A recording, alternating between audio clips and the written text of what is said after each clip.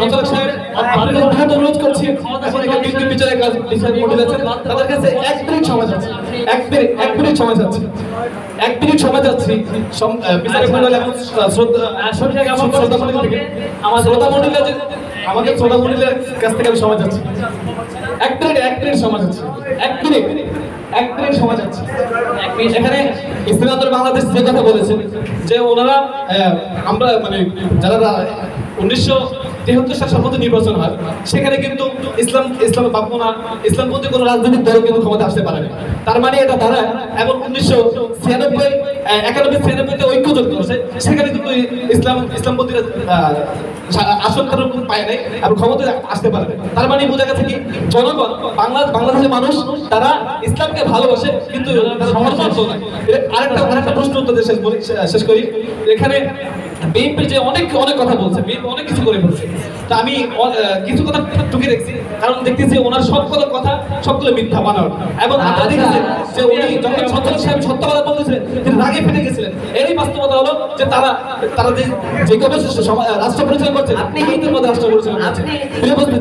আমি আরেক সর্বশেষ কথা আমি শেষ করি যে বাংলাদেশে আমাদের যে উন্নয়নের যে ব্রিজ বর্ণনা করলে শেষ হবে না। রিসেন্টলি পদ্মা সেতু 25 জুন পদ্মা সেতু উদ্বোধন হয়েছে এবং কিছুদিন পর উদ্বোধন হবে। অনেক অসংখ্য কাজ আওয়ামী লীগ করেছে যে জানা করে উন্নয়নের ধারা যদি অব্যাহত রাখতে চায় তাহলে আওয়ামী লীগকে আবার ক্ষমতা নিয়ে আসতে হবে।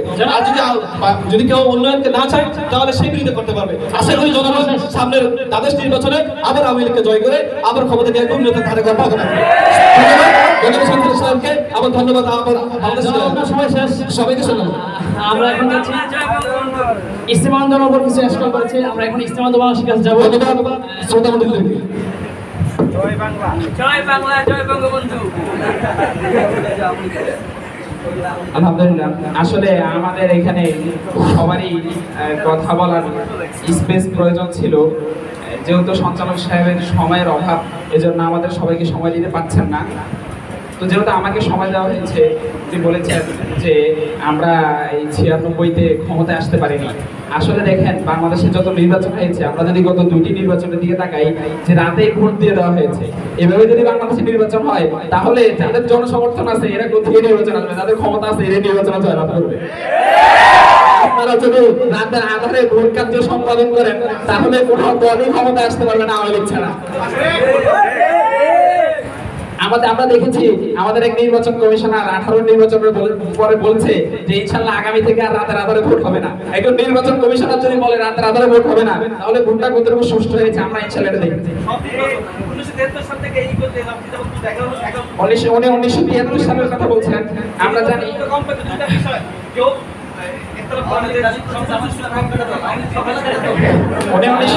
কথা বলেছেন। আমরা এখন আমি এক মিনিট, আমাদের আওয়ামী লীগের অতিথি সাহেব 1973 কথা বলেছেন। আমরা জানি যখন বাংলাদেশের সংবিধান হয়, সংবিধান হওয়ার পরে বাংলাদেশের সব ধরনের ইসলামী রাজনীতি নিষিদ্ধ করে দেওয়া হয়। তা আপনার যখন আপনার দেশে ইসলামী রাজনীতি নিষিদ্ধ তখন আপনি এটা কিভাবে বলছেন যে ইসলামী দল তখন ক্ষমতা আসতে পারে নাই? আপনার তো তখন ইসলামী রাজনীতি নিষিদ্ধ করে দিয়েছে। শুকরিয়া। আমরা এখন অনুষ্ঠান শেষ করে চলে যাচ্ছি। ইসলামের ধর্মান্ধ না, বাকি তার ধর্মকে ভালোবাসে, ধর্মান্ধ না হওয়ার কারণে এই জন্য ইসলামপন্থী শপথ। আলহামদুলিল্লাহ, সকলকে শুকরিয়া জ্ঞাপন করছি।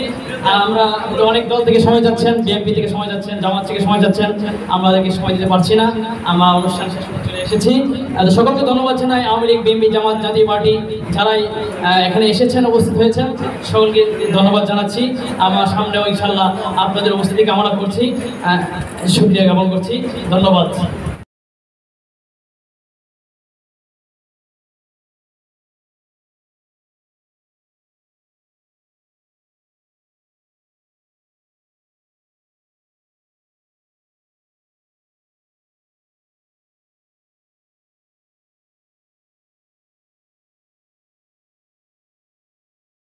আমরা টকশোর মধ্যে 5টি দল বাছাই করেছি। এর মধ্যে আওয়ামী লীগ রয়েছে, ক্ষমতাসীন দল, বিএনপি আছেন, জাতীয় পার্টি, জামাত ইসলাম, ইসলামী আন্দোলন বাংলাদেশ, এই দলগুলো টকশো করবে ইনশাআল্লাহ। আমি নাম ঘোষণা করছি। আওয়ামী লীগ থেকে আসবেন জনাব AK মামুনুল হক। আমি ওদের আহ্বান করছি স্টেজে আসার জন্য।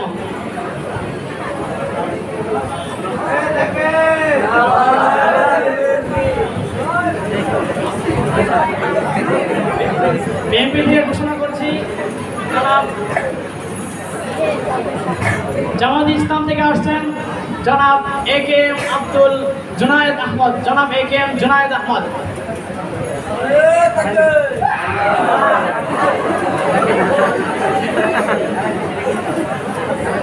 জাতীয় পার্টি থেকে ঘোষণা করছি, জাতীয় পার্টি থেকে কথা বলবেন জনাব জি এম রবিউল হক।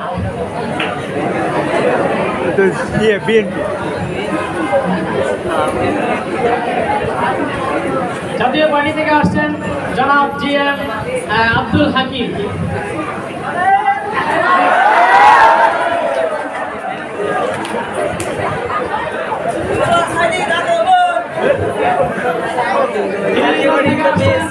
জনাব ডক্টর রবিউল হক। বাংলাদেশ জিন্দাবাদ। জিন্দাবাদ জিন্দাবাদ। এবং আমাদের ইসলাম প্রিয় ও এদেশ প্রিয় প্রিয় সংগঠন ইসলামী আন্দোলন বাংলাদেশ ইসলাম আন্দোলন সম্পর্কে কথা বলবেন অধ্যক্ষ মাহবুবুর রহমান। ইসলাম থেকে আসছেন অধ্যক্ষ মাহবুবুর রহমান।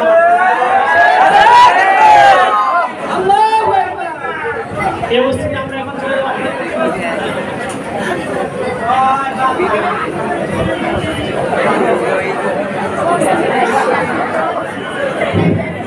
সম্মানিত সুধী, অনুষ্ঠানের সৌন্দর্যতা রক্ষার্থে আমরা যারা এদিক সেদিক বিচ্ছিন্নভাবে দাঁড়িয়ে আছি আমরা সকলেই বসে পড়ি। সিঁড়িতে রোমের দুপাশে আমরা দাঁড়িয়ে আছি। অনুষ্ঠানের সৌন্দর্যতা রক্ষার্থে সকলের নিকট বিনীত আহ্বান থাকবে আপনারা সকলেই বসে পড়ুন। আপনারা সকলেই বসে পড়ুন। আপনারা সকলেই বসে পড়ুন এবং অনুষ্ঠানকে সৌন্দর্যমণ্ডিত করার জন্য আপনারা সকলেই বসে বসে অনুষ্ঠান উপভোগ করুন। দরজার সামনে যে সকল ভাইরা দাঁড়িয়ে আছেন তাদের প্রতি উদারতা আহ্বান থাকবে অনুষ্ঠানের সৌন্দর্যতা রক্ষার্থে আপনারা সকলে রুমের ভিতরে প্রবেশ করুন এবং বসে পড়ুন। কিছুক্ষণের মধ্যে আমাদের আজকের বিশেষ আয়োজন টকশো অনুষ্ঠিত হবে। আলহামদুলিল্লাহ, আজ আমরা উপস্থিত হয়েছি একটি বিষয় নিয়ে। আমাদের টকশোর বিষয়বস্তু হল উন্নয়নমূলক রাষ্ট্র গঠনে রাজনৈতিক দলগুলো তৎপরতা কি। এই বস্তুটি আমরা এদেশের বয়স প্রায় 50 বছর হয়ে গেছে, কিন্তু এদেশের মানুষ তারা তাদের ইনসাফ ও ইনসানিয়াত ও তাদের যে মানবতা সেটা ফিরে পায়নি। আমরা দেখে থাকি এদেশে বিভিন্ন দল রয়েছে, রাজনৈতিক কথা বলে, জনগণের কথা বলে, কিন্তু রাজনৈতিক কথা বলেই শুধু তারা খেলতে থাকে, মানুষের পাশে দাঁড়ায় না এবং তারা সে অনুযায়ী কাজ করে না। এবং আমরা বিভিন্ন সময় দেখে থাকি শুধু রাজনৈতিক দলগুলা তারা নির্বাচন আগে প্রতিশ্রুতি দিয়ে থাকে, কিন্তু জনগণের কাজ করে না। এই জন্যই আজকে আমাদের একটা অনুষ্ঠান আয়োজন। এই বিষয়বস্তু উন্নয়নমূলক রাষ্ট্র রাজনৈতিক দলগুলোর তৎপরতা। তো এখানে অনুষ্ঠানে অতিথি হিসেবে উপস্থিত আছেন ইসলামী ছাত্রদল বাংলাদেশের মুক্তারাম কেন্দ্রের সভাপতি রুহুল আকরাম ও আমাদের সেরেদার উস্তাদ মুফতি আহমদ সাহেব সহকারী প্রিয় নেতৃত্ববৃন্দ দায়িত্বশীল উপস্থিত আছেন। সকলকে জায়গায় অত শাখার পক্ষ থেকে আন্তরিক শুভেচ্ছা মোবারকবাদ। এবং উপস্থিত আছেন আমেরিকা থেকে উপস্থিত আছেন জনাব মামুনুল হক, তাকেও সুবিধা জ্ঞাপন করছে উপস্থিত হওয়ার জন্য। বিএনপি থেকে উপস্থিত জনাব রবিউল ইসলাম, ওনাকেও সুবিধা জ্ঞাপন করছে উপস্থিত হওয়ার জন্য। এবং সাথে জামাত ইসলাম থেকে উপস্থিত আছেন জুনায়েদ আহমদ, ওনাকেও সুবিধা জ্ঞাপন করছি। এরপর উপস্থিত ইসলাম আন্দোলন বাংলাদেশ থেকে জনাব অধ্যক্ষ মাহবুবুর রহমান সাহেব, সকলকে জানাই অত শাখার পক্ষ থেকে আন্তরিক শুভেচ্ছা মোবারকবাদ। ব্যবস্থিত আমরা সময় দীর্ঘ না করে আমরা এখন চলে যাব, আমরা এখন টকশোতে চলে যাব। আমরা প্রথমেই যাব আওয়ামী লীগ থেকে মোহাম্মদ অধ্যক্ষ মামুনুল হক সাহেবের কাছে। এই উপস্থিতি আমরা আওয়ামী লীগে জানতে যাচ্ছি বিষয়বস্তুর উন্নয়নমূলক রাষ্ট্র গঠনের রাজনৈতিক দলগুলো তৎপরতা। শোনা যায় না,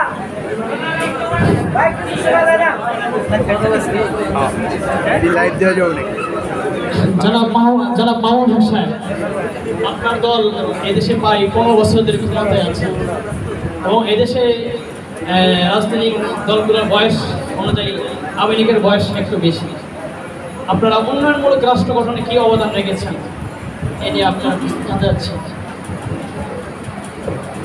জ্বালা ওরে জ্বালা, অন্তরে জ্বালা।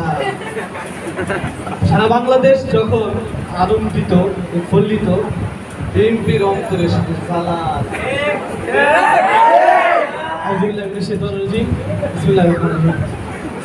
সর্বপ্রথম আমি ধন্যবাদ জানাই শ্রদ্ধেয় সঞ্চালক সাহেব তোফায়েল আহমেদকে, যে তিনি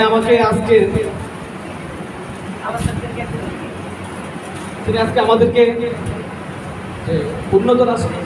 উন্নয়নশীল রাষ্ট্র গঠনে রাজনৈতিক দলের তৎপরতার বিষয়ে আজকে এই টকশোতে আমাকে আমন্ত্রণ করার জন্য। প্রিয় বন্ধুগণ, আপনার সময় আমাকে যখন সঞ্চালক সাহেব বললেন যে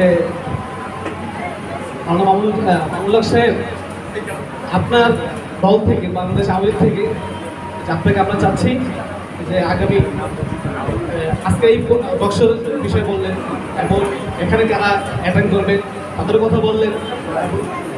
যখন বিষয় বললেন তখন আমার অনেক হাসি পেল যে আজকে যেই বিষয়ের উপর টকশো হবে সেই বিষয়টা হলো একটা উন্নয়নশীল রাষ্ট্র গঠনে রাজনৈতিক দলের তৎপর। যখন বিষয় শুনছি এবং যারা প্রতিপক্ষ আছেন এবং অন্যরা যারা উপস্থিত হবেন তাদের যখন নাম শুনছি, দলের নাম শুনছি, তখন অনেক হাসি পেল যে যেই বিষয়টি দেওয়া হয়েছে এই বিষয়টি তাদের জন্য প্রযোজ্য। তাদের বিষয়টি নির্ধারণ এভাবে করা উচিত ছিল যে এতিমদের টাকা মেরে খাওয়ার, এতিমদের টাকা লুটপাট করার জন্য এবং বিদেশে টাকা প্রচারের জন্য রাজনৈতিক দলের তৎপরতা থাকে, তখন হয়তো তারা কিছু বলতে পারে। আরো কিছু রাজনৈতিক দল আছে যারা তো ক্ষমতার চোখই দেখতে পারে নাই, তো তাদের তো কোনো কিছু বলারই নেই। তারপরে যাই হোক, আমি সেই দিকে যাবো না। আমি বাংলাদেশ আওয়ামী লীগের পক্ষ থেকে বিজ্ঞ বিচারক প্যানেল এবং আমার অন্যান্য যারা আছেন আজকে প্রতিপক্ষ সকলকে আওয়ামী লীগের পক্ষ থেকে আন্তরিক শুভেচ্ছা অভিনন্দন। আমি আমার বক্তব্যের শুরুতে শ্রদ্ধা করে স্মরণ করছি জাতীয় চার নেতাকে, বিশেষভাবে স্মরণ করছি বঙ্গবন্ধু শেখ মুজিবুর রহমানকে, যিনি জন্ম না হইলে বাংলাদেশ জন্ম হইত না, যিনি জন্ম না হইলে বাংলাদেশের মানুষ স্বাধীনতা পাইত না। আজকে বাংলাদেশের আওয়ামী লীগ যে উন্নয়নশীল রাষ্ট্র গঠনে বাংলাদেশের আওয়ামী লীগের যে তৎপরতা বা অবদান, এই বিষয়ে জনাব মামুন সাহেব সবচেয়ে বেশি প্রসিদ্ধ মহলে একটি কথা আছে যে আওয়ামী লীগ নাকি ওদেরকে কুত্তা লীগ বলে, এটা সবাই বলে, এটা প্রসিদ্ধ মহলে আছে। এদেশের রাজনীতিকে নষ্ট করে ফেলেছে, নির্বাচনকে নষ্ট করে ফেলেছে। আমার পথ পক্ষ আছে যে দেশে নির্বাচন হয়েছে, ভোট দিয়েছে প্রশাসন, তাকিয়েছিল জনগণ, এর উপর আপনি কি বলবেন? হ্যাঁ, সম্মানিত সঞ্চালক সাহেবকে আমি উত্তর দেওয়ার আগে কিছু কথা বলতে চাই, যেহেতু আমি একটা কথা বলতেছিলাম। 2 মিনিট। হ্যাঁ, আরেকটু আমার সময় বাড়ায় দেওয়ার জন্য অনুরোধ করছি, যেহেতু আমি ক্ষমতাসীন দল হিসেবে আমার প্রতি রেয়াজ করা উচিত, আর না হলে অন্য কিছু হতে পারে। আমি যেটা বলতেছিলাম যে বাংলাদেশ আওয়ামী লীগ বাংলাদেশের জন্য স্বাধীনতা দিয়েছে, স্বাধীনতা এনে দিয়েছে এবং বাংলাদেশের যতটা অর্জন রয়েছে প্রত্যেকটা অর্জনের ক্ষেত্রে বাংলাদেশের আওয়ামী লীগের অবদান সবচেয়ে বেশি। এটা বললে ভুল হবে না যে আওয়ামী লীগ ছাড়া বাংলাদেশ নাই, বাংলাদেশ ছাড়া আওয়ামী লীগ নেই।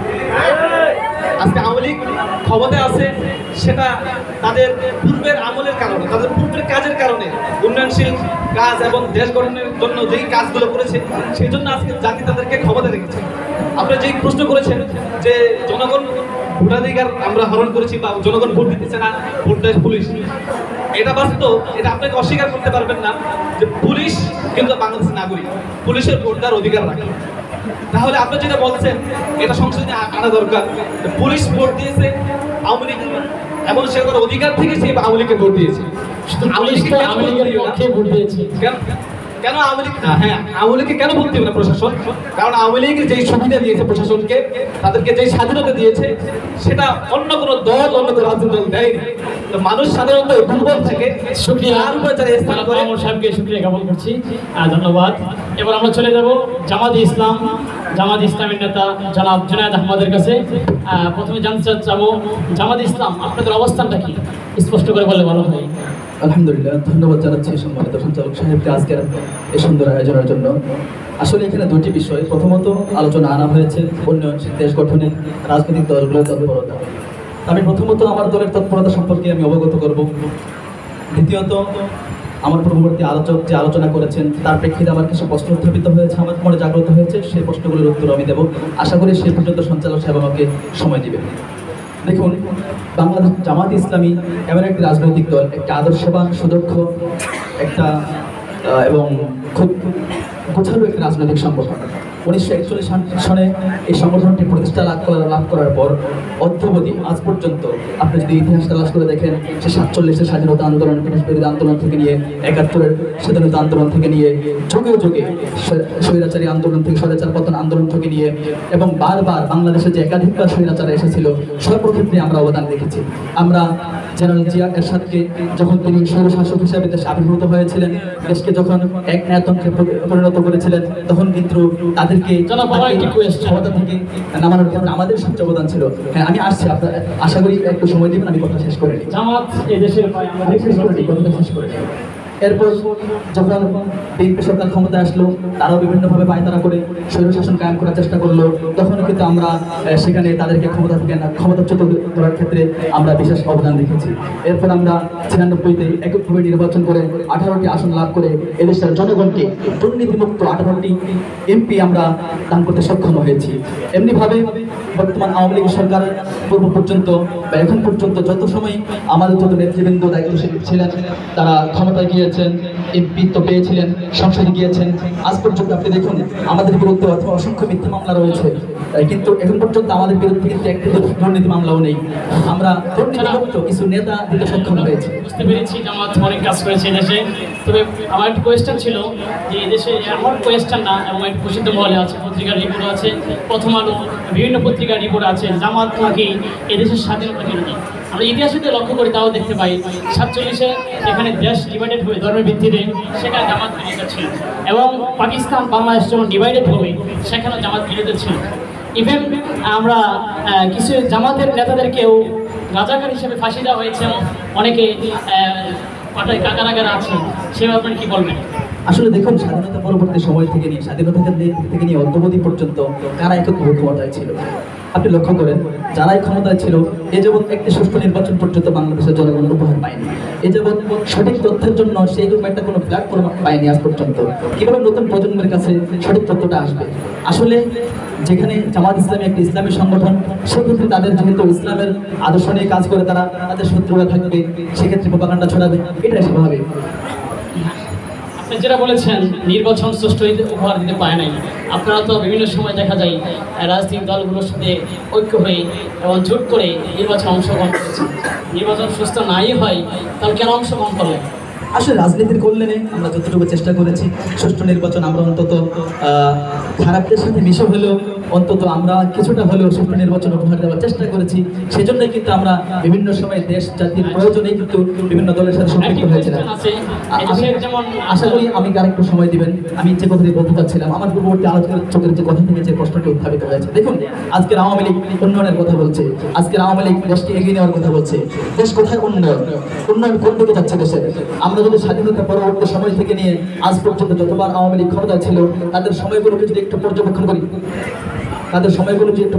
করি, আমরা দেখতে পাই সর্বপ্রথম স্বাধীনতা পরবর্তী সময়ে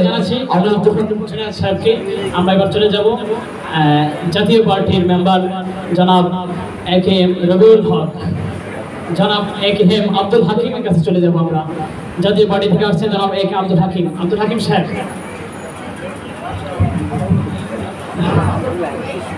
আপনারা এদেশের প্রায় দীর্ঘ একটি সময় এদেশের ক্ষমতায় ছিলেন, সেক্ষেত্রে আপনারা এদেশে কি উন্নয়ন করতে পেরেছেন? আসসালামু আলাইকুম রহমতুল্লাহ। ধন্যবাদ। সম্মানিত সরদার সাহেব, উপস্থিত রয়েছেন বিভিন্ন রাজনৈতিক দলের নেতৃবর্গ, আমার সামনে উপবিষ্ট অনেক জনতা। তো আসলে আমরা যেই 10 বছর, প্রায় দীর্ঘ 9 বছর শাসন ক্ষমতায় ছিলাম, আসলে আমরা দেশের জন্য, দেশের জনগণের জন্য এত উন্নয়ন করেছি, দেশের জন্য এত পরিমাণ কাজ করেছি, যেই কাজের লিস্ট যদি আমি বলতে থাকি তাহলে পুরো সময়টা আমাকে দিলেও হয়তো বলা শেষ হবে। এর মধ্যে আমি কিছু বিশেষ কিছু পয়েন্ট আমি লিখে নিয়ে এসেছি, যেগুলোর দ্বারা বুঝতে পারবে আমরা আসলে জাতীয় পার্টি আমাদেরকে স্বৈরাচার বলা হয়। আমরা দেশের জন্য এত উন্নয়ন করলাম, এত কিছু করলাম, এরপরেও যদি আমাদেরকে স্বৈরাচার বলা হয়, যাদের জন্য কল্যাণ চুরি তারাই যদি আমাদেরকে চোর বলে, তাহলে আমাদের বলার কিছু থাকে না। আপনি লক্ষ্য করে দেখেন, সড়ক যোগাযোগ ব্যবস্থায় আমাদের উন্নয়ন কি রয়েছে? সড়ক পথে যোগাযোগ ব্যবস্থা বৈপ্লবিক উন্নয়ন করেন এরশাদ। 2 বছরে 206 উপজেলায় সড়ক যোগাযোগের আওতায় আসে। ঢাকা মাওয়া বিকল্প সড়ক দেখেন, ঢাকা মাওয়া বিকল্প সড়ক দ্রুততার সঙ্গে এগিয়ে যায় এরশাদের আমলে। এরপরে আপনি দেখতে চান, দেখেন রেল যোগাযোগ উন্নয়ন। জনাব আব্দুল হাকিম সাহেব, আমরা জানতে পেরেছি যে আপনি অনেক উন্নয়ন করেছেন। এত উন্নয়ন করার পরেও আপনাকে স্বৈরাচার শাসক বলে খেতাব দিয়েছে দেশের জনগণ, সেটা কি জানতে পারবো কি কারণে? এদেশের জনগণ আমাদেরকে স্বৈরাচার বলে কারণ আমরা দীর্ঘ 9টি বছর রাষ্ট্র পরিচালনা করেছি। তারা বলে আমরা নাকি দীর্ঘ 9 বছর রাষ্ট্র পরিচালনার মধ্যে লোকদের থেকে আমরা ভোট না নিয়ে আমরা একাই এক গণতন্ত্র আমরা পালন করেছি, চালিয়েছি। আসলে লক্ষ্য করলে দেখা যাবে আমাদের আমলিকের পক্ষ থেকে যে ভাই মামুন হক সাহেব বলেছেন, যদি প্রশাসন তারা দেশের জনগণ হয় এবং প্রশাসনের ভোট নিয়ে তারা যদি নির্বাচনে যায়, আর আমরা জাতীয় পার্টি আমরা তো প্রত্যেকটা ব্যক্তির কাছ থেকে হার ভোটের মাধ্যমে আমরা রাষ্ট্র ক্ষমতায় ছিলাম, তাহলে তারা যদি স্বৈরাচার না হয় আমরা কিভাবে স্বৈরাচার হই?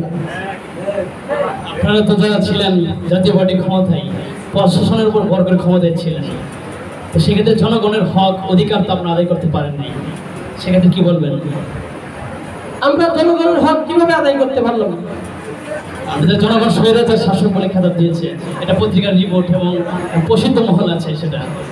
এর তথ্য দিয়ে দিলাম ভাই, আমরা স্বৈরাচার কিভাবে হলাম? এত উন্নয়ন করার পরেও যদি আমাদেরকে স্বৈরাচার বলা হয়, অথচ আপনি লক্ষ্য করে দেখেন আমাদের এরশাদকে জাতীয় পার্টিকে নামানোর জন্য যখন সবাই একসাথে আন্দোলন করে তুললো, ওই সময় আন্দোলনের মধ্যে মাত্র একজন লোক মারা গিয়েছিল। ওই সময় আমাদের দাদা এরশাদ বলে দিয়েছে যে অমুক তারিখে আমি রাষ্ট্র ক্ষমতা ছেড়ে দিব। তো লোক মারা গেল না, অথচ আজকে আমরা অন্যান্য যে সমস্ত দল ক্ষমতায় রয়েছে তাদের ক্ষেত্রে দেখতে পাই কোনো দাবি নিয়ে গেলে আমাদের উপর স্টিম রোলার চালানো হয়, নির্যাতন চালানো হয়। তো কিভাবে আমরা স্বৈরাচার হলাম? সুখিয়া, আরেকটি প্রশ্ন আছে যে আপনারা তো নির্বাচনে অংশগ্রহণ করছেন, তো সেক্ষেত্রে 91-এর পর থেকে আপনাদের এক মহাসচিব বলেছেন এক ভাষণে, 91-এর পর থেকে দেশে কোনো সুষ্ঠু নির্বাচন হয় নাই, কোনো সুষ্ঠু নির্বাচন হয় নাই, সুষ্ঠু নির্বাচন হয় নাই। তারপর আপনারা বিভিন্ন সময় 2014-তে কোনো দল নির্বাচনে যায় নাই, আপনারা আওয়ামী লীগের সাথে নির্বাচনে গিয়ে আওয়ামী লীগকে ক্ষমতায় বসালেন। আবার 2019-এ সেখানে আপনারা তাদের সাথে জোটবদ্ধ হয়ে আওয়ামী লীগকে ক্ষমতায় বসালেন, আওয়ামী লীগের পাল্লাকে বাড়ি করলেন। তো এটা কেমন? এক্ষেত্রে কি বলবেন? আসলে সুষ্ঠু নির্বাচন হয় নাই, এর পরবর্তীতেও আমরা দেখা গেছে বিভিন্ন দলের সাথে জোট করেছি। তো আমাদের মাকসাদ ছিল কিভাবে নির্বাচনকে তার সুষ্ঠু রূপে ফিরিয়ে আনা যায়, এজন্য দেশের জনগণের উন্নয়ন কিভাবে করা যায়, এজন্য আমরা বিভিন্ন দলের সাথে জোট করেছি। নিজেদের নীতিকে বিসর্জন দিয়ে জোট করেছেন, তাই তো? এটা রাজনৈতিক দল হিসেবে হতেই পারে, যখন যার সাথে যোগ দিলে দেশের উন্নয়ন হবে, একটা রাজনৈতিক দল হিসেবে তার লক্ষ্য যদি থাকে সে দেশের উন্নয়ন করবে, সে করতেই পারে। সুখিয়া জ্ঞাপন করছি। আমরা এখন চলে যাব ইস্তেমা আন্দোলন বাংলাদেশের কাছে, আমরা এখন চলে যাবো বিএনপি বিরোধী দল বিএনপির কাছে চলে যাব জনাব রবিউল হকের কাছে। রবিউল হক, আসসালামু আলাইকুম ওয়া রাহমাতুল্লাহ। আপনাদের বিএনপি দীর্ঘপাই অনেক বছর ক্ষমতায় ছিলেন, সেক্ষেত্রে আপনারা শুধু নির্বাচন আগে দেখা যায় ভোট চাওয়াচাওয়ি এবং দেশের দেখা যায় বিভিন্ন বক্তব্য, বিভিন্ন মুক্তির জন্য আন্দোলন করছেন, অথচ বর্তমান দেশের বিপর্যয় চলছে, সিলেটে বিপর্যয় চলছে, সব দলকে মোটামুটি কিছু না কিছু দেখা যাচ্ছে, কিন্তু আপনাদের বিএনপিকে দেখা যাচ্ছে না, সেক্ষেত্রে কি বলবেন? আউযু বিল্লাহি মিনাশ শাইতানির রাজিম, বিসমিল্লাহির রহমানির রহিম। ধন্যবাদ জ্ঞাপন করছি আজকের এই আলোচনা সভার সঞ্চালক সাহেবকে, আমাদের সভাপতি, উপস্থিত বিশেষ অতিথিবৃন্দদেরকে এবং দেশনেত্রী দেশরত্ন খালেদা জিয়ার পক্ষ থেকে, সাবেক চেয়ারপারসন খালেদা জিয়ার পক্ষ থেকে আপনাদের সবাইকে আন্তরিক মোবারকবাদ জানাচ্ছি। সম্মানিত উপস্থিতি, আজকে আমরা এখানে উপস্থিত হয়েছি উন্নয়নমূলক রাষ্ট্র গঠনে রাজনৈতিক দলগুলো কি অবদান রেখেছে সেই বিষয়ে আলোচনা করতে। আসলে এই দেশের উন্নতিতে বিএনপির যে অবদান, বিএনপির যে এই দেশের উন্নতিতে বিএনপির যে চেষ্টা, ক্লেশ, এটা অনস্বীকার্য, এটা সে অস্বীকার করার মতো কোনো পথ নেই। তারপরেও বিএনপির উন্নতির কথা বললে আওয়ামী লীগের একটু গাত্রদাহ হয়, আমরা সেই গাত্রদাহকে ভয় করি না, গাত্রদাহকে আমরা অ্যাভয়েড করে আমি আপনাদেরকে আমাদের বিএনপির সামান্য কিছু অবদান শোনানোর চেষ্টা করব। বিএনপির স্বাধীনতা সার্বভৌমত্ব সুরক্ষার দল। আপনাদেরকে বলতে চাই গণতন্ত্রের দল হলো বিএনপি, কারণ 1975 সালের প্রথম সংবিধানের 4th সংশোধনীতে যখন সমস্ত রাজনৈতিক দলগুলো এমনকি ইসলামিক দলগুলো সহ যখন সকল দলগুলোকে বাজেয়াপ্ত ঘোষণা করে দেওয়া হয়েছিল, বিএনপির সম্মানিত সাবেক রাষ্ট্রপতি শহীদ জিয়াউর রহমান, তিনি আবার পুনরায় সকল দলের উপর সেই বাজেয়াপ্ততা উঠিয়ে নিয়ে সকলকে সুষ্ঠুভাবে রাজনীতিতে এবং সর্বদলীয় গণতন্ত্র প্রতিষ্ঠার জন্য সবাইকে রাজনীতিতে আসার সুযোগ করে দিয়েছেন। এজন্য আমরা বলবো বিএনপি গণতন্ত্রের দল। এছাড়াও তলাবিহীন যুদ্ধ পরিস্থিতি মোকাবেলা করার পর তলাবিহীন একটি দেশের রাষ্ট্র ক্ষমতা বিএনপি হাতে নেওয়ার পর যে উদ্যোগগুলো গ্রহণ করেছে এগুলো সত্যিই বাংলাদেশের মানুষের নজর কেড়েছে। আমি আপনাদেরকে বলতে চাই আমাদের শেখ সাহেব, আপনারা বিএনপি অনেক উন্নয়ন করেছেন, দেশের মানুষের সাথে কাজ করেছেন, স্বাধীনতার প্রতি কাজ করেছেন। আমি আপনার সকল প্রশ্ন উত্তর দেবো, আপনার সকল প্রশ্ন উত্তর দেবো। হ্যাঁ, তো বলতে চাই যে যখন 1974 সালে মাত্র 845 কোটি টাকার একটা বাজেট পাস করা হয়েছিল বাংলাদেশের, 1975 সালে বাজেট পাস করা হয়েছিল 988 কোটি টাকা, 1977 সালে যেখানে বাজেট পাস করা হয়েছিল 1084 কোটি টাকা, সেই জায়গায় বিএনপি চেয়ারপারসন সাবেক রাষ্ট্রপতি শহীদ জিয়াউর রহমান 1980-81 সালে এদেশের বাজেট প্রায় 4 গুণ বৃদ্ধি করে প্রায় 4000 কোটি টাকার উপরে দেশের বাজেট খাত ঘোষণা করেছেন। শুধু কি তাই তিনি করেছেন, এই অর্থনীতির ভিত্তি স্থাপন করতে বিএনপি এই গার্মেন্টস প্রতিষ্ঠা করেছেন, রেমিটেন্স ব্যবস্থা প্রতিষ্ঠা করেছেন এবং মুক্ত বাজার যে অর্থনীতি এটার প্রবক্তা হচ্ছে বিএনপি। আপনারা কিভাবে বলেন বিএনপি দেশের উন্নতিতে কোনো অবদান রাখে নাই? আসলে জনাব প্রবল সাহেব, আমার এখানে কোয়েশ্চেন, এখানে দেশে প্রসিদ্ধ আছে এবং এটা আমার কথা নয়, দেশে সবাই জানে বিএনপি প্রায় 5 বারের মতো দুর্নীতির চ্যাম্পিয়ন হয়েছে। দেশের উন্নয়ন যদি এতই করে থাকেন, দুর্নীতির চ্যাম্পিয়ন কিভাবে হলো বিএনপি? আসলে এক্ষেত্রে বলতে হয় এই ক্ষমতালোভী আওয়ামী লীগ গোষ্ঠী এই দেশের রেমিটেন্সকে নষ্ট করার জন্য, দেশের ভাবমূর্তিকে ক্ষুণ্ণ করার জন্য এই দেশের যে পরিমাণ হত্যাযজ্ঞ, গুম, সন্ত্রাস, চালবাজি খাটিয়েছে, এই চালবাজিগুলো আন্তর্জাতিক মহলে একটু বেশি সমালোচিত হয়েছে, যার কারণে আমাদেরকে একটা বদনাম দেওয়া হয়। আসলে এটা যুদ্ধ পরবর্তীতে দেশ সংকটে ছিল, তখন আমরা দেশের বিনির্মাণে মনোযোগী ছিলাম। এই সময়টাতে আওয়ামী লীগ এই চালবাজি দল সুযোগ নিয়েছে এবং আমাদের দেশের বদনাম বিদেশ মহলে ছড়িয়ে দিয়েছে। এটা সম্পূর্ণ আওয়ামী লীগের দায় এবং এর সম্পূর্ণ দায় আওয়ামী লীগকে নিতে, অবশ্যই আওয়ামী লীগকে নিতে হবে। শুধু তাই না, এই চালবাজি দল কিন্তু এখনো তাদের চালবাজি থেকে ফিরে আসেনি। এই দলের কথা আপনাদেরকে কি বলবো?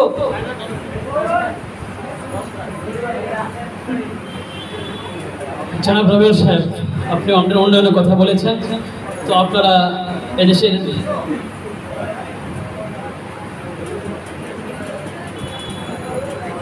এদেশের একটি বিশাল একটি কাজ পদ্মা সেতু হয়েছে কিছুদিন পূর্বে।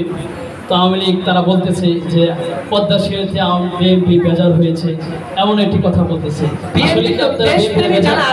দেশপ্রেমী যারা আছে আমি মনে করি সবাই পদ্মা সেতুতে বেজার। আর যদি পদ্মা সেতুতে বেজার না হন তাহলে বলবো এক করে চেতনা আপনাদের ভিতরে নেই, আপনারা দেশকে ভালোবাসেন না। আপনি যদি পদ্মা সেতুর পিছনের ইতিহাস ঘেটে দেখেন তাহলে দেখবেন 2011 সালে পদ্মা সেতুর যে বাজেট পাস করা হয়েছিল সেই বাজেটের হার ছিল 10,000 কোটি, 10,161 কোটি টাকা। 11 সাল থেকে এই 2022 সাল পর্যন্ত ধাপে ধাপে এই বাজেটকে বাড়াতে 30,000 কোটি টাকা পর্যন্ত রূপান্তরিত করা হয়েছে। এমনকি এই অবস্থিতি আমরা এখানে জামাত করবো 10টায়, তো আমরা এদিকে জামাত হবে এখানে বাইরে আওয়াজ। তো বিঅবস্থিতি সুক্রিয়া জানাচ্ছি বিএনপির মেম্বার জনাব রবিউল সাহেবকে।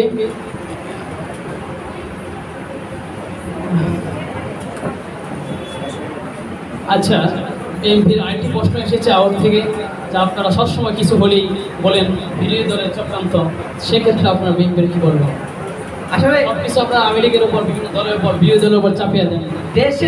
দেশে গণতন্ত্রকে সুপ্রতিষ্ঠা করার জন্য আমরা বিভিন্ন রাজনৈতিক দলগুলোকে সুযোগ দিয়েছিলাম, কিন্তু এখন দেখছি এক একটা দল কেউ মিষ্টি খাওয়ার পিছনে লেগে গেছে। তারা একের পর এক দলের সাথে গাঁট বাঁধতেছে, 2-1টা আসনের জন্য তারা আরেক দলের সাথে মিশে রাজনীতি করতেছে। এছাড়া আমাদের অন্যান্য দলের কথা আপনি বলছেন যে দেশে সবাই জোটবদ্ধ করে মিষ্টি খাওয়ার জন্য তারা করছে, অংশগ্রহণ করছে। সত্যি দেখা যায় বিএনপির মধ্যে জোটবদ্ধ দল বেশি। আসলে জোটবদ্ধ আপনি কখন হবেন? আপনার জোটবদ্ধের পিছনে আপনার যৌক্তিকতা থাকতে হবে। আপনি কেন জোটবদ্ধ হচ্ছেন? এদেশকে গণতন্ত্রকে মাটি চাপা দেওয়ার জন্য নাকি গণতন্ত্রকে সুপ্রতিষ্ঠিত করার জন্য? আপনার সঠিক সময় সঠিক সিদ্ধান্ত নিতে হবে। এ ব্যাপারে আপনাদের একজন মহাসচিব বলেছিলেন সোহরাওয়ার্দী মহাসমাবেশে যে বিএনপি যদি শয়তানের সাথে জোট করতে হয়, সেক্ষেত্রে আমরা শয়তানের সাথে জোট করব, উদ্দেশ্য ক্ষমতায় যাওয়া। তো এটা যদি হয় শয়তানের সাথে জোট করি, তাহলে তো এদেশের মানুষের ক্ষমতাকে হরণ করা হচ্ছে। সেখানে তো তিনি বলেননি উদ্দেশ্য ক্ষমতায় যাওয়া। আসলে স্পষ্ট বোঝা যাচ্ছে যে না, জোট করতে না, আপনি কিভাবে স্পষ্টভাবে বুঝতেছেন? আপনি আরেকজনের মনের খবর আপনি কিভাবে বলতে পারেন? আমরা এই দেশের ভেঙে পড়া রাজনীতিকে নতুনভাবে সুপ্রতিষ্ঠিত করতে চাই, গণতন্ত্রকে নতুনভাবে বাস্তবিক রূপে পুনরাবৃত্তি করতে চাই, যেখানে আপনি চাচ্ছেন শয়তানের সাথে হলেও সেটা সম্ভব। জি, শয়তানের সাথে হলেও সেটা আপনার নির্বাচনে গিয়ে ক্ষমতায় যাবেন, শয়তানের সাথে হলেও, একথা বলতে চাচ্ছি। আসলে আসলে এই জায়গায় আপনাকে লক্ষ্য করতে হবে যে আমরা কি প্রতিষ্ঠা করতে চাই, আমাদের মূল উদ্দেশ্যটা কি।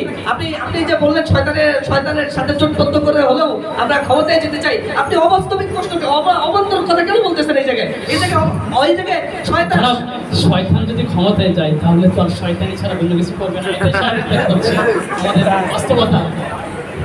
আসলে আপনি হয়তো বাংলাদেশের রাজনীতি সম্পর্কে জানেন না, বাংলাদেশ সম্পর্কে আপনার হয়তো অধ্যয়ন নাই, এই জন্য আপনি এরকম অবান্তর কথা বলতেছেন। আপনি পরিবেশ অনুভূতি প্রশ্ন করতেছেন। আপনি আপনার প্রশ্নকে ঠিক করুন, আপনার প্রশ্নের ধারা কি ছিল, আপনি সেই ধারায় ফিরে আসুন। আপনি অবান্তর কথা বলে আপনি জাতিকে উত্তেজিত করার চেষ্টা করতেছেন। শয়তানি দল আপনি কিভাবে বিএনপিকে বলতে পারেন? এই বিএনপি বাংলাদেশ স্বাধীনতার ইতিহাস, আপনি বিএনপি সম্পর্কে আপনার অধ্যয়ন আছে?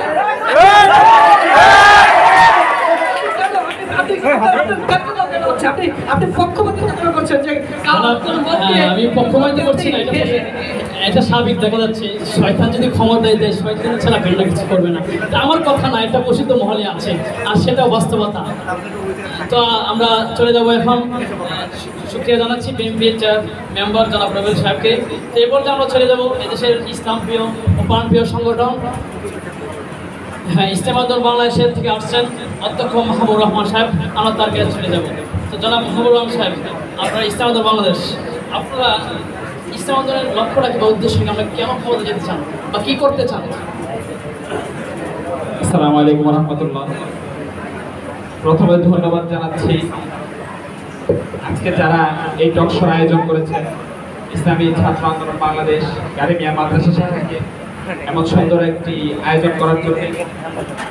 আমাদের এখানে উপস্থিত আছেন আমাদের ইসলামী ছাত্র আন্দোলন বাংলাদেশের কেন্দ্রীয় সভাপতি নুরুল করিম আকরাম, উপস্থিত আছেন সাবেক সভাপতি শেখ ফজলুল করিম মানু, উপস্থিত আছেন আমাদের সম্মানিত উস্তাদ মুফতি আবুল খাতা কাসিমি, আমরা এবং আমাদের আজকে যারা এই দর্শকে উপস্থিত হয়েছেন সবাইকে আমাদের ইসলামী আন্দোলন বাংলাদেশের আমির সৈয়দ ফজলুল করিম, সৈয়দ রেজাউল করিম সাহেব দামাত বারকাতুহুর পক্ষ থেকে আন্তরিক শুভেচ্ছা ও মোবারকবাদ এবং মোবারকবাদ জানাচ্ছি যারা আজকে আমাদেরকে শুনছেন সবাইকে।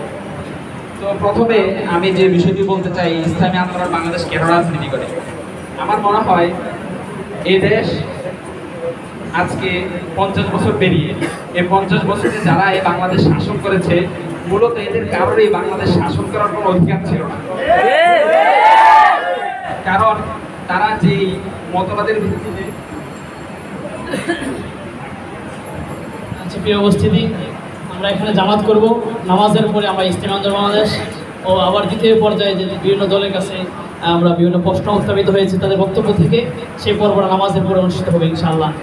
আমরা কথা বলতেছিলাম ইজতেমা দল বাংলাদেশ এই আশা অধ্যক্ষ মাহবুবুর রহমান সাহেবের সাথে। অধ্যক্ষ মাহবুবুর রহমান সাহেব, আপনার দলের অবস্থানটা কি বা আপনারা ক্ষমতায় গেলে কি করতে চান, সে বিষয়টাই জানতে যাচ্ছি। আলহামদুলিল্লাহ, আমি আশা করব সঞ্চালক সাহেব আমার নির্ধারিত সময়ের ভিতর আমাকে আটকাবেন না ইনশাআল্লাহ। ধন্যবাদ। তো আমি বলছিলাম যে আমাদের এই বাংলাদেশের বয়স আজ 50 পেরিয়ে। এই 50 বছরে যারা বাংলাদেশ শাসন করেছে, ওনারা আমার মনে হয় ওনাদের মূলত বাংলাদেশ শাসন করার কোনো অধিকারই ছিল না। কারণ যারা বাংলাদেশ শাসন করেছে এ পর্যন্ত, তারা যে দর্শনের ভিত্তিতে, যে মতবাদের ভিত্তিতে বাংলাদেশ শাসন করেছে, সেই মতবাদ এবং দর্শন বাংলাদেশ উপযোগী নয়। বাংলাদেশ শাসন করেছে যারা, তারা বাংলাদেশে ধর্মনিরপেক্ষতাবাদ প্রতিষ্ঠা করতে চায়। আমি এই বিষয়টি বলি, ধর্মনিরপেক্ষতাবাদ এটা কোথা থেকে শুরু হয়েছে? ধর্মনিরপেক্ষতাবাদ এটা মূলত ইউরোপ থেকে আমদানিকৃত একটি দর্শন। ইউরোপে পোপের শাসন ছিল, যেটাকে থিওক্রেসি বলা হয়, খ্রিস্টীয় থিওক্রেসি। সেই পোপ কর্তৃক যে বিধান দেওয়া হতো, সেই বিধান ওই ইউরোপের শাসকগণ তাদের রাষ্ট্রে প্রতিষ্ঠা করত। এই কারণে এমন একটা অবস্থা দাঁড়িয়েছে যে ওই পোপ যা বলতো রাষ্ট্রের তাই বাস্তবায়িত হতো। এই কারণে পোপ তার ক্ষমতা বলে জনগণের উপর এমন জুলুম, নির্যাতন, অবিচার, অনাচার করেছে যে অবিচার অনাচারের কারণে ধর্মের প্রতি মানুষের একটা অভক্তি সৃষ্টি হয়েছে। এই যে মানুষের একটা অভক্তি সৃষ্টি হয়েছে ধর্মের প্রতি এবং এই ধর্মীয় কানুনের প্রতি, ধর্মীয় আইনের প্রতি মানুষের একটা অভক্তি সৃষ্টি হয়েছে। যে অভক্তির কারণে তখন খ্রিস্টান সমাজের মাঝে কিছু মানুষ এমন দাঁড়িয়েছে যারা বলেছে ধর্মের সাথে রাষ্ট্রের কোনো সম্পর্ক থাকতে পারবে না, রাষ্ট্র হবে আলাদা, ধর্ম হবে আলাদা। এজন্য আমরা দেখেছি প্রোটেস্ট্যান্ট নামক খ্রিস্টানদের এক গ্রুপ তারা বিদ্রোহ করেছে এবং তারা আলাদা হয়ে গেছে। এরপরে সর্বপ্রথম যিনি এই ধর্মনিরপেক্ষতাবাদের মত দেন তিনি হলেন ভোল্টেয়ার। তিনি ফ্রান্সের এক দার্শনিক। তিনি সর্বপ্রথম বলেন যে ধর্ম এবং রাষ্ট্র দুটো আলাদা। ধর্ম যার যার ব্যক্তিগত বিষয়, রাষ্ট্র কিভাবে চলবে, এই রাষ্ট্র চলার ক্ষেত্রে ধর্মের কোনো হস্তক্ষেপ থাকবে না রাষ্ট্রের মধ্যে। তো তার এই মতের উপর ভিত্তি করেই পরবর্তীতে সেকুলারিজম প্রতিষ্ঠা হয়। তো দেখেন, এই যে সেকুলারিজম বা ধর্মনিরপেক্ষতাবাদ, এটা সেই ইউরোপের একটা দর্শন। সেটা ইউরোপের অবস্থা এবং পরিস্থিতির সাথে, সেটা অবস্থা এবং পরিস্থিতির কারণে ইউরোপে এই দর্শন জন্ম নিয়েছে। তো ইউরোপে মানুষ ধর্মের সাথে মানুষের একটা অভক্তি ছিল, মানুষ ধর্মকে তেমন বিশ্বাস করতে পারে না এই পোপদের কারণে। কিন্তু বাংলাদেশের পরিস্থিতি ভিন্ন। বাংলাদেশের মানুষ ধর্মকে বিশ্বাস করে, হৃদয় ধর্মকে লালন করে এবং ধর্মের প্রতি মানুষের একটা অনুরাগ, বিশ্বাস পরিপূর্ণ আছে। এখন বাংলাদেশে যারা শাসন করেছে তারা ইউরোপ থেকে এই দর্শন ধার করে এনে বাংলাদেশে এই দর্শন চালাতে যাচ্ছে। এই কারণে কি হয়েছে, আমরা যখন দেখেছি জিয়াউর রহমান ক্ষমতায় এসেছে, ক্ষমতায় টিকে থাকার জন্য সে ধর্মকে ব্যবহার করেছে, প্রতিষ্ঠা করতে চাচ্ছে ধর্মনিরপেক্ষতাবাদ, জাতীয়তাবাদ। কিন্তু সে এই তার ক্ষমতাকে টিকিয়ে রাখার জন্য সংবিধানে বিসমিল্লাহ চালু করেছে। আমরা দেখেছি এরশাদ যখন ক্ষমতায় এসেছে, সে তার ক্ষমতাকে টিকিয়ে রাখার জন্য রাষ্ট্রধ্বজ ধর্ম ইসলাম করেছে। তার মানে বোঝা গেল এভাবে যারাই বাংলাদেশ শাসন করেছে তারা ওই ইউরোপ থেকে ধার করা দর্শন এনে সেই তাদের দর্শনকে প্রতিষ্ঠা করার জন্য একটা পচা ধার করা দর্শন, পশ্চিমাদের ধার করা দর্শন প্রতিষ্ঠা করার জন্য বাংলাদেশের মানুষের আবেগকে নিয়ে ছিনিমিনি খেলেছে এবং ধর্মকে ব্যবহার করেছে। কিন্তু ইসলামী আন্দোলন বাংলাদেশ, তারা বাংলাদেশের মানুষের মনকে বুঝেছে, বাংলাদেশের মানুষের আবেগকে বুঝেছে, বাংলাদেশের মানুষের চাহিদাকে বুঝেছে। এরকম আমরা ইউরোপ থেকে কোনো দর্শন ধার করিনি, আমরা পশ্চিমাদের কোনো দর্শন ধার করিনি, বরং আমরা মানুষের যে চাহিদা সেই ইসলামকে নিয়ে রাজনীতি করি। আমরা ক্ষমতা প্রতিষ্ঠা করার জন্য, ক্ষমতা টিকিয়ে রাখার জন্য আমরা ধর্মকে ব্যবহার করি না, বরং আমরা ধর্মকে প্রতিষ্ঠা করার জন্য রাজনীতি করি। আপনি বলতে চাচ্ছেন আপনারা ক্ষমতা এলে মদিনার সনদ বা মদিনা যেভাবে চলছিল সে প্রতিষ্ঠা করবেন? আসলে দেখেন, মদিনার সনদ কি ছিল? মদিনার সনদটা ছিল মানুষ তার যে সাম্য, সে সাম্য পাবে, মানুষ সামাজিক ন্যায় বিচার পাবে, মানবিক মর্যাদা পাবে, মানুষ তার অধিকার পাবে। তা আমরা তো সে কথাই বলি, আমরা বলি মানুষ তার অধিকার পাবে, মানুষ ন্যায্য অধিকার পাবে, সাম্য থাকবে, অর্থনৈতিক সাম্য থাকবে, মানুষ ন্যায় বিচার পাবে। তো মদিনার সনদ যেটা ছিল আমাদের মতো, এটা মদিনায় যেরকম একটা সমাজ প্রতিষ্ঠিত হয়েছিল, আমরা সেমন একটা সমাজ প্রতিষ্ঠা করতে চাই। রাসূল সাল্লাল্লাহু আলাইহি ওয়াসাল্লাম যেমন রাষ্ট্র প্রতিষ্ঠা করেছেন, আমরা তেমন একটা রাষ্ট্র প্রতিষ্ঠা করতে চাই। কোয়েশ্চেন সেটি হলো যে একটা প্রসিদ্ধ কথা আছে যে ইসলাম আন্দোলন আওয়ামী লীগের সাথে সম্পর্ক রাখে এবং সেক্ষেত্রে তারা ওইভাবে মানে যুগপথ আন্দোলন ওইভাবে করছে না। তারা হয়তো, আপনার কাছে আমার প্রশ্ন, আপনি বলেন ইসলামী আন্দোলন আওয়ামী লীগের সাথে সম্পর্ক রাখে, একটা কথা আছে। তা আমি যদি প্রশ্ন করি কথাটা কে বলেছে? প্রসিদ্ধ মহলে আছে, প্রসিদ্ধ মহলে যারা, সেটা আপনি স্পষ্ট করে বলেন। আপনি যে কারো কথা গ্রহণ করতে পারবেন না, যে জানে না সে যেটা বলবে তার কথা যদি আমি গ্রহণ করি, কেউ বলবে আমার কান নাই, আমি যদি এজন্য আমার কান নাই, এতে তো হবে না। আপনাদের ইসলামীয় কিছু ভাইয়ারাই বলে যে দেখেন, আমরা কয়েকদিন আগে গণমিছিল করেছি, আমাদের গণমিছিলের যে দাবিগুলো ছিল সব দাবি ছিল সরকারের বিরুদ্ধে। যদি সরকারের সাথে আমাদের সম্পর্ক থাকতো তাহলে আমরা সরকারের বিরুদ্ধে আন্দোলন করতাম না। এভাবে সরকার যখন কোনো অন্যায় করেছে, অপরাধ করেছে, আমরা সরকারের সেই অন্যায় অপরাধের বিরুদ্ধে বলিষ্ঠ কণ্ঠে রাজপথে দাঁড়িয়েছি এবং এই কারণে সরকার আমাদের নেতা কর্মীদেরকে কারা নির্যাতন করেছে, কারাগারে পাঠিয়েছে এবং সরকার বিভিন্নভাবে আমাদের উপর হামলা মামলা চালিয়েছে। এর দ্বারা বোঝা যায় সরকারের সাথে আমাদের তেমন কোনো সম্পর্ক নেই। সরকার যদি কোনো ভালো কাজ করে আমরা তাদেরকে সাধুবাদ জানাবো, সরকার যদি কোনো অন্যায় করে আমরা তাদের অন্যায়ের বিরুদ্ধে প্রতিবাদ জানাবো। যাই হোক, আমি আমার আলোচনা শেষ করতে পারিনি। আমাদের এখানে আমাদের বিএনপির যিনি অতিথি ছিলেন, বিএনপির অতিথি, ওনার উন্নয়নের ফিরিস্তি শুনিয়েছেন ওনার শাসন আমলে। আমি বলতে চাই বিএনপির যে শাসন, আমি আমারটা শেষ করি, বিএনপির যে শাসন আমল ছিল সেই শাসন আমলটা ছিল সন্ত্রাসের শাসন আমল। বিশ্ববিদ্যালয়ে ছাত্রদের হাতে কলম খাতা না থেকে ছাত্রদের হাতে অস্ত্র ছিল। বিশ্ববিদ্যালয়ের ক্যাম্পাসগুলিতে অস্ত্রের ঝঞ্ঝনানি শোনা গিয়েছে। বিএনপি শাসন আমলে 2001 থেকে নিয়ে 2005 সাল পর্যন্ত 5 বার বিএনপি দুর্নীতিতে চ্যাম্পিয়ন হয়েছে। তো আপনি যেই জনগণকে শাসন করবেন ওই জনগণের সংস্কার দিয়ে যদি আপনি জনাব, আপনারা এককভাবে ক্ষমতা দিতে যাচ্ছেন, এককভাবে সেখানে ইসলাম হুকুমত কায়েম করতে যাচ্ছেন। তার মানে দেশের যে প্রচলিত যে আইন ব্যবস্থা সেটাকে পরিবর্তন করে নতুন ধারায় আপনারা ইসলাম হুকুমত কায়েম করতে যাচ্ছেন, তাই তো? জি, আমরা আমাদের উদ্দেশ্য এরকমই যে আমরা একটা সুন্দর সমাজ প্রতিষ্ঠা করতে চাই, কল্যাণ রাষ্ট্র প্রতিষ্ঠা করতে চাই। সেটাকে ইসলাম হুকুমতের ভিত্তিতে।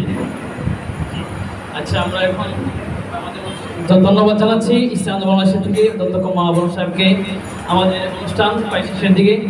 প্রিয় উপস্থিতি, আমরা দ্বিতীয় পর্ব করার নিয়ত ছিল কিন্তু সময় সংক্ষেপ, এই জন্য আমরা দ্বিতীয়বার পুনরাবৃত্তি করছি না।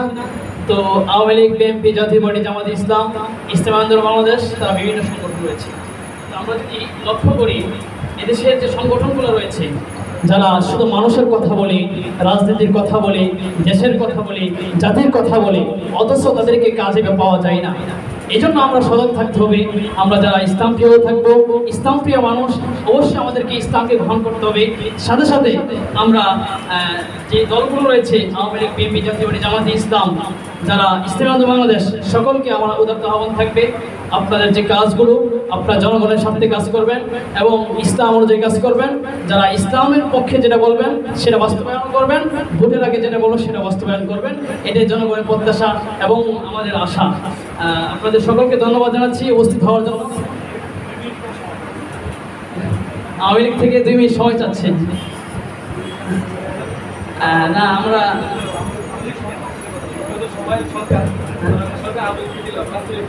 আচ্ছা 2 মিনিট করে সময় দেওয়া হলো আওয়ামী লীগ। ধন্যবাদ শ্রদ্ধেয় সঞ্চালক সাহেবকে আমাকে সময় দেওয়ার জন্য। আমাকে সময় দেওয়া মানে সকলকে সময় দেওয়া, যেহেতু আমি সবাই সরকার, সেই হিসেবে আমাকে সময় দেওয়া মানে সবাইকে সময় দেওয়া। তো এই জন্য আমি সঞ্চালক সাহেবকে ধন্যবাদ জানাই। হ্যাঁ, বিএনপির ভাই আপনি চুপ থাকেন, আমার কিছু আপনার পক্ষ থেকে কিছু কথা বলবো। আমাদের উপর সকল উপর যে অভিযোগটা দিয়েছে ইসলামী আন্দোলন বাংলাদেশ, আপনার পক্ষ থেকে সেই উত্তর দেব। সুতরাং আপনার কথা না বললে আপনি তো বলছেন আপনি সকলের সরকার, সকলের সরকার হিসেবে আমরা আপনাকে, আসলে আপনি চোরের সরকার, আপনি হচ্ছেন ভক্তবাদী সরকার, আপনি হচ্ছেন ধাপ্পাবাদী আমার কথা বলতে সুযোগ দেন। আপনি আপনার কথা বলতে হিসেবে জনগণ মানে না। সঞ্চালক সাহেব আপনি ওনাকে চুপ করান। সঞ্চালক সাহেব ওনাকে চুপ করান। এদেশের জনগণ সাহেব আমি আপনাকে কথা বলছি, ওনাকে চুপ করান। জনগণের রায় নিয়ে কথা বলবো, আমি আপনাকে আপনি জনগণের রায় নিয়ে যে প্রশ্ন করছেন সেই প্রশ্নের উত্তর আমি দেব। আপনি সকলের আপনার প্রশ্ন উত্তর দিব তো আমি বললাম। আপনি মৃত মানুষের সামনে ভোট দিতে আপনার দেখেন জনগণ ভোট দেন, এই সেই প্রশ্ন উত্তর আমি দিচ্ছি, প্রশ্ন উত্তর আমি দিচ্ছি, অবশ্যই আমি দিব। ধন্যবাদ জানাচ্ছি। আমরা দেখতে পাচ্ছি ইতিমধ্যে আওয়ামী লীগ, বিএনপি তারা ঝগড়া শুরু করেছে।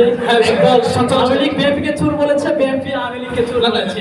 তার মানে সঞ্চালক সাহেব এখানে আমার বক্তব্য শেষ করে আপনি কিছু কথা বলেন। আমি যেটা বলতে চাই যে এখানে আমার বিরোধী দলে যারা বক্তব্য কথা বলেছেন, অনেক প্রশ্ন আমার কাছে আসছে। আমি সংক্ষেপ আকারে কয়েকটা প্রশ্ন উত্তর সময় 30 সেকেন্ডের মধ্যে সব উত্তর দেওয়ার চেষ্টা করবো। যে স্বাধীনতা অর্জনে জামাত শিবির যে অর্জন কথা বলছে, এটা আমার মানে পরিপূর্ণ একটা হাস্যকর বিষয়। আমি তাদের সময় থাকলে তাদের জিজ্ঞেস করতাম যে আপনাদের অবদান কি? আপনারা তো বুদ্ধিজীবীদেরকে হত্যা করেছে, সেটা এখন পরবর্তীতে আপনারা স্বাধীনতা যুদ্ধে যে আপনারা যে আপনাদের অবদান বিষয় আপনারা জাতির কাছে ক্ষমা চেয়েছেন যে আপনারা স্বাধীনতার পক্ষে ছিলেন না। এরপর যে কথা বলেছেন আমরা ইতিমধ্যে দেখতে পেয়েছি ইসলাম মাঝখানে কিভাবে উত্তেজিত হয়ে সঞ্চালক সাহেব নষ্ট করতে হয়। দেখুন এটাই আওয়ামী লীগের চরিত্র, এটাই আমার কথা বলার পরে আমরা যে আদর্শের রাজনীতি করি সত্যিকার অর্থে যে জামাত ইসলাম একটা সন্ত্রাসী দল, তারই প্রমাণ হচ্ছে মানুষের আওয়ামী লীগকে ভেবেছেন যে রক করা দল। আমি ছোটবেলায় আমি আমার নানা থেকে শুনছি। আপনার সময় শেষ।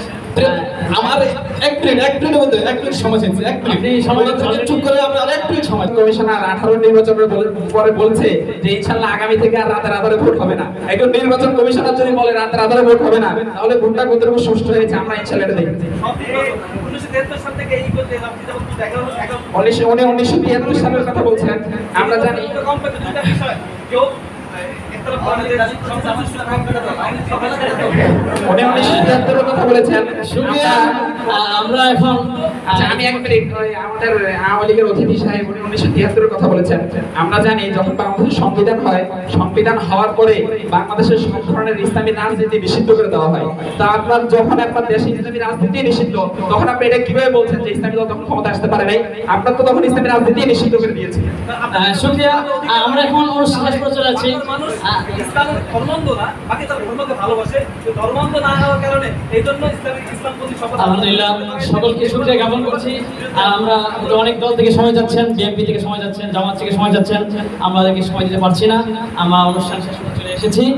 সকলকে ধন্যবাদ জানাই। আওয়ামী লীগ, বিএনপি, জামাত, জাতীয় পার্টি যারাই এখানে এসেছেন, উপস্থিত হয়েছেন, সকলকে ধন্যবাদ জানাচ্ছি। আমার সামনেও ইনশাআল্লাহ আপনাদের উপস্থিতি কামনা করছি, শুকরিয়া জ্ঞাপন করছি। ধন্যবাদ।